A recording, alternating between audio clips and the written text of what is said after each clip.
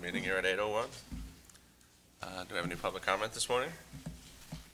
Does not appear to be so, so we'll hop right into action item number 1, donations. Again, Larry, good morning. Good morning. Got, obviously attached to your agenda there, the first item, their donations. You can see Meyer Corporation's Investment Foundation want to donate $5,000 for books and supplies for a third grade student. So board policy requires that, we've looked at this from the business division and recommend that we approve this donation from Meyer Corporation. Any questions or discussion concerning the donation? Have we ever refused a donation from anyone? Why do we have this policy? Yes.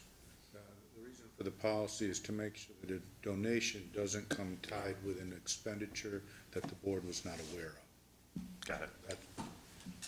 I think it harkens back to the previous, David, when you had pointed out some legal fees and some or preparation fees in terms of some of the other donations that we've had, or that's.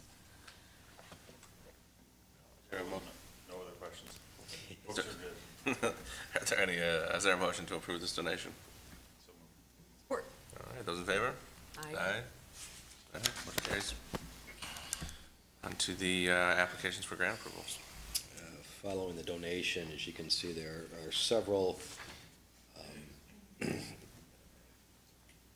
grants here that Mary Jo, who's here this morning, by the way, to answer questions, that we've had dialogue. She had dialogue with Steelcase Foundation, the Voss Foundation. Again, according to board policy, we need approval to move forward with these grant applications. Now, our policy requires that all grants we apply for are consistent with our strategic plan, which these all are.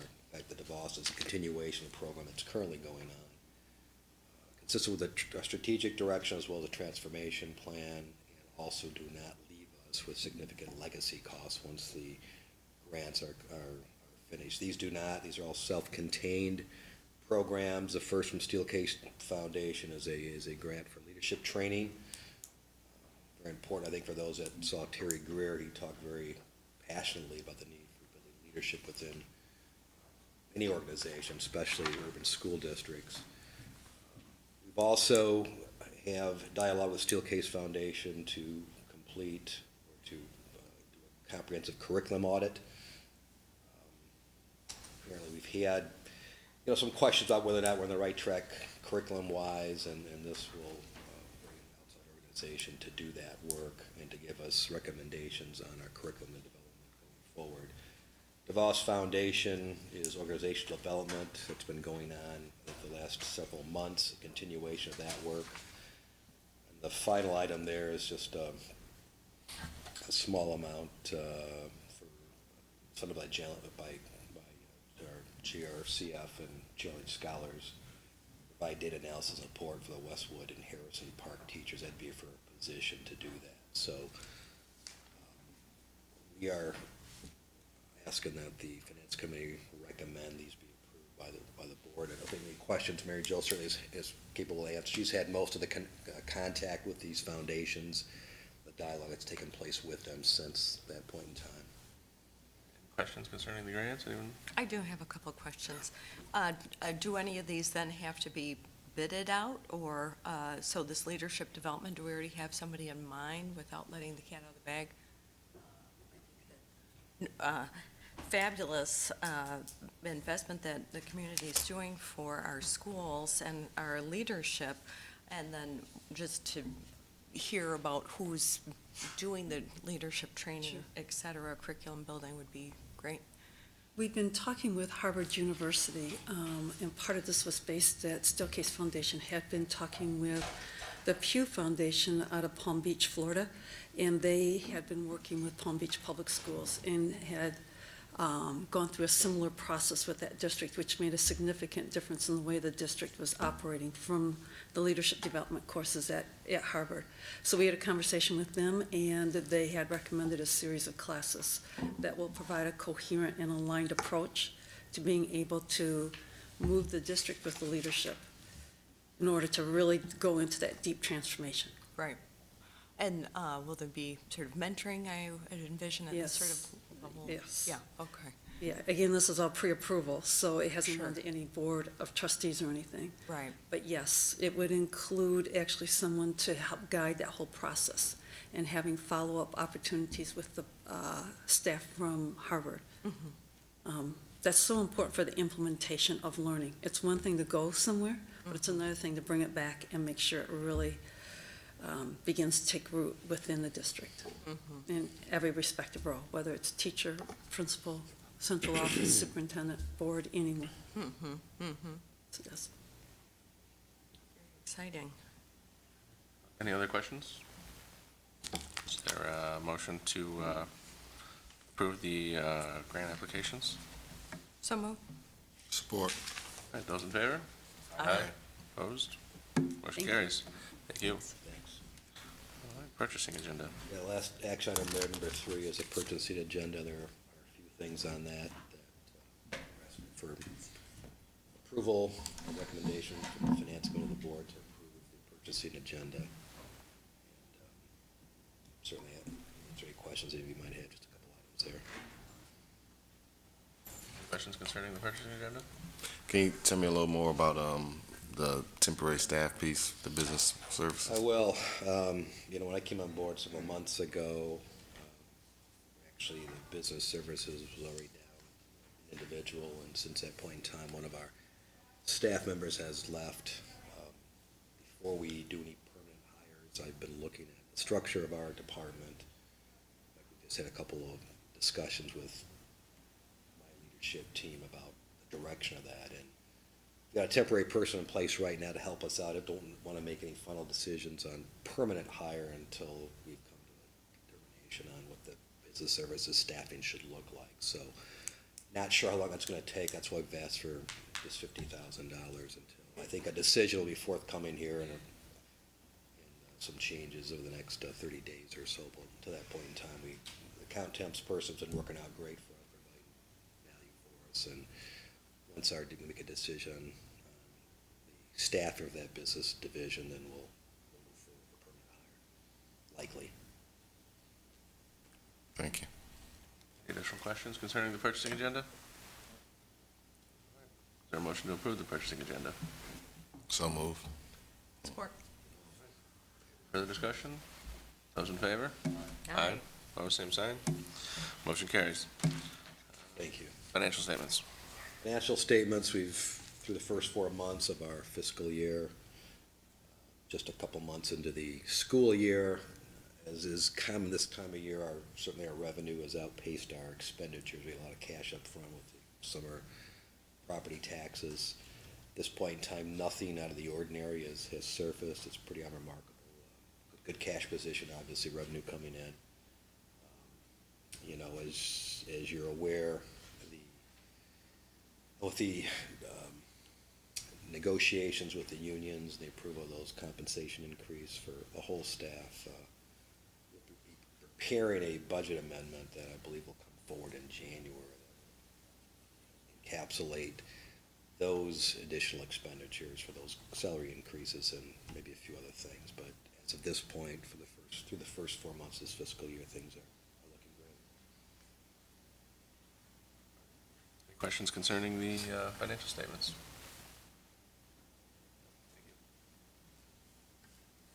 On to the Warm Safe Dry update. The project updates are in your packet, and I'll answer any questions you have on specifics.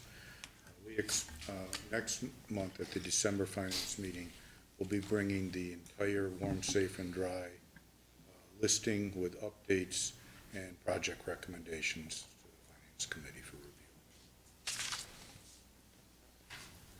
Any questions concerning the Warm Safe and Dry project? No. Excellent, thank you.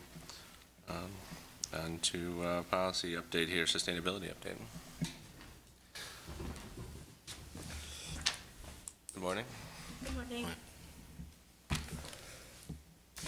So I wanted to provide you all with an update on what I've been working on the past 2.5 months and talk about my general approach so far. So I've been meeting with folks across the district, learning about district culture, as well as what's been done already regarding sustainability, who's worked on different initiatives, who are champions, and looking at what opportunities exist in different folks' day-to-day, and how they interact with the district and what sustainability could look like for that. So that touches everything from looking at recycling to energy management and things like that. A lot of it has been anecdotal at this point and connecting the dots, who's doing what or what partnerships exist with different community organizations, like Teach for the Watershed or things like that. And it's kind of transitioning now to looking at more data intensive analysis and looking at district energy management and how we can prioritize energy savings across the board. And it's going to transition over the next few months to, like I said, a more data intensive analysis and pulling together an overall sustainability report. And that'll be a more collaborative process, looking at highlighting where the district is already excelling in sustainability, and then looking where those real opportunities are and setting some achievable yet ambitious goals for sustainability for the next year, 3 years, 5 years, and so on. In the interim, it's not just going to be planning. I've identified some immediate opportunities that exist with folks who are identifying opportunities and are excited about sustainability and really see key wins for the district. And one of those is green cleaning.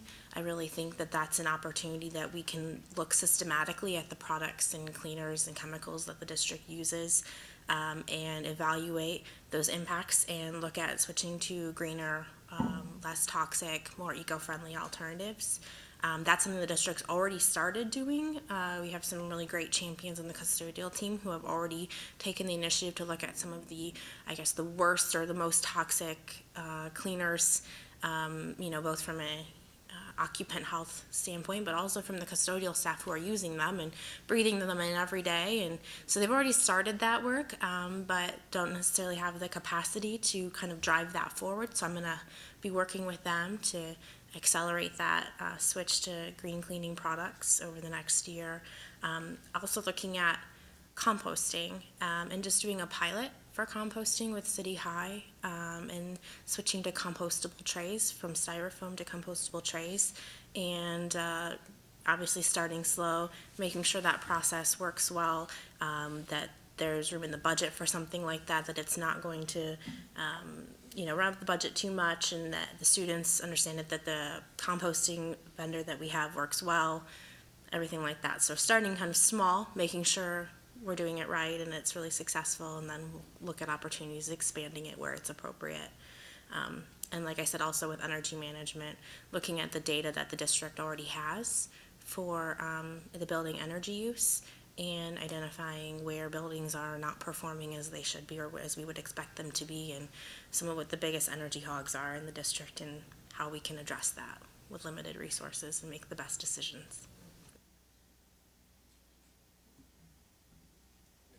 Open up the floor for questions for. Sounds great. Exactly what we were hoping to get out of our Green Fellows. Great. So wonderful. Great. Yeah.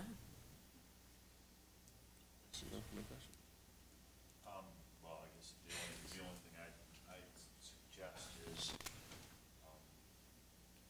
changing light bulbs, despite all the jokes, only does take one person. Right. That's gotta be. Have you noticed, David, they have not been using the, I was going to point it out at the last meeting. That's gotta be about the easiest thing. That's gotta be Yeah. low-hanging fruit. That, exactly. So can you tell me where you are on that? We will definitely be looking at doing that. That is, like you said, low-hanging fruit. It's actually the best in terms of energy efficiency. It's the first measure you would take on in a building.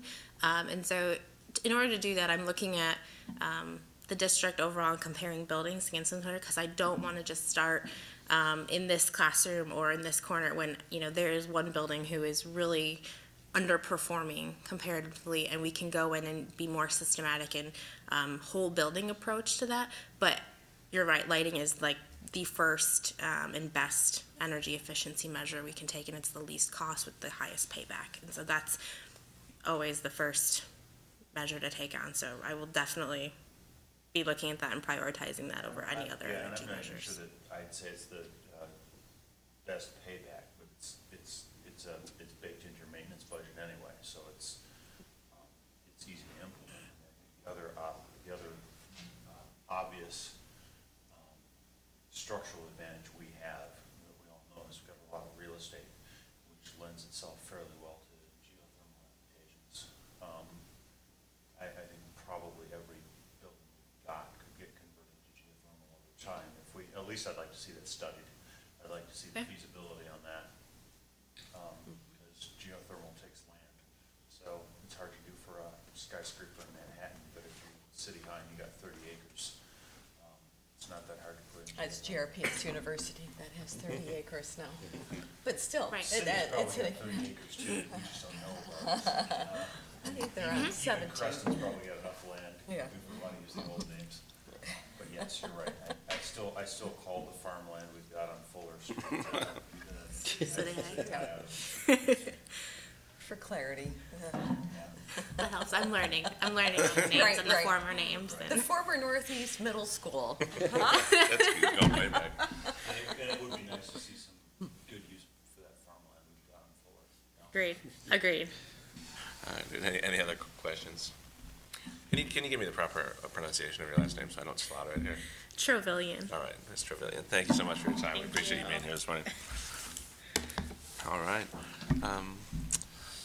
Though he's not formally on our agenda, we're joined by Mr. Bertram this morning. If you'd like to give us a brief update of anything exciting we didn't get from Mr. Hemholt last week at our full board session. No, that's okay, and I don't need to, unlike most lobbyists, I don't have a need to speak if you don't need to hear from me, so, I'm happy to answer any questions. I think. John gave us a brief update, kind of post-election, session starting back up. I don't know, there's been some movement on a few things in the last week. Anything we should be? Plans to lower the minimum wage or? I think they may wait till next session to do that. They're probably gonna be in session for 3 weeks, starting the Tuesday after Thanksgiving. The big things, that we're hearing, obviously, is this supposed grand bargain on education. I'm not sure that the Senate is fully engaged in doing something like that and doesn't want to just wait until next time. But there may be something. Obviously, the best thing that comes out of that is critical shortage and sinking fund for the district. The roads are obviously the biggest thing they're trying to tackle at this point. I think that's the governor's priority. And my sense is if they get that done, then they just want to go home. You know, the governor will just try and get them out of there. The issue becomes this, I think the big political issue is going to be the change to the Electoral College. And so what's happening is, I think the minority party is saying, we'll be with you on roads as long as you promise not to do the Electoral College. I think the House is trying to negotiate, and the only way they can get some of their members to go on roads is the change in the Electoral College. So there's sort of this dance going on.